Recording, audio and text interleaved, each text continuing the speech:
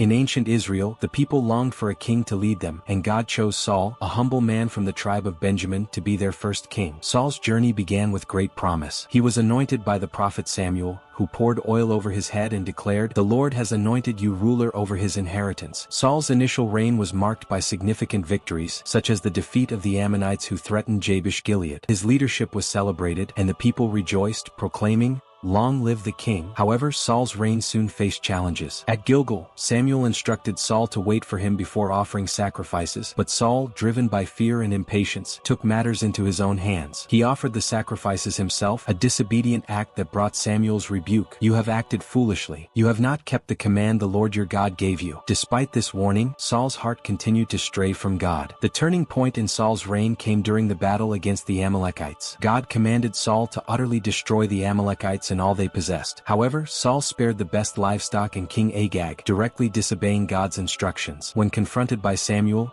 Saul attempted to justify his actions, but Samuel responded with a grave message: "To obey is better than sacrifice, and to heed is better than the fat of rams. Because you have rejected the word of the Lord, he has rejected you as king." As Saul's disobedience grew, God sent Samuel to anoint David, a young shepherd, as the future king of Israel.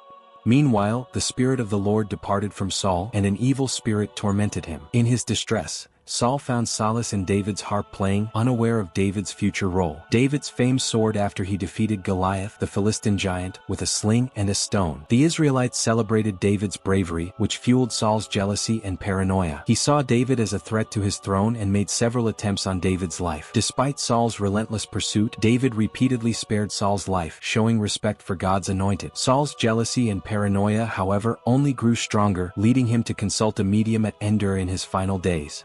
Disguised, Saul sought to summon the spirit of Samuel, who foretold his defeat and death in the upcoming battle against the Philistines. "Tomorrow you and your sons will be with me, for the Lord will deliver Israel into the hands of the Philistines." True to Samuel's prophecy, the battle of Mount Gilboa ended in disaster for Saul. Wounded and fearing capture, he took his own life by falling on his sword. His sons, including Jonathan, also perished in the battle. Saul's tragic end serves as a solemn reminder of the consequences of disobedience to God's commands. Despite their enmity, David mourned the loss of Saul and Jonathan, composing a lament, "How the mighty have fallen, the weapons of war have perished." Saul's story remains a poignant lesson for all, emphasizing the importance of faithfulness and obedience to God's will.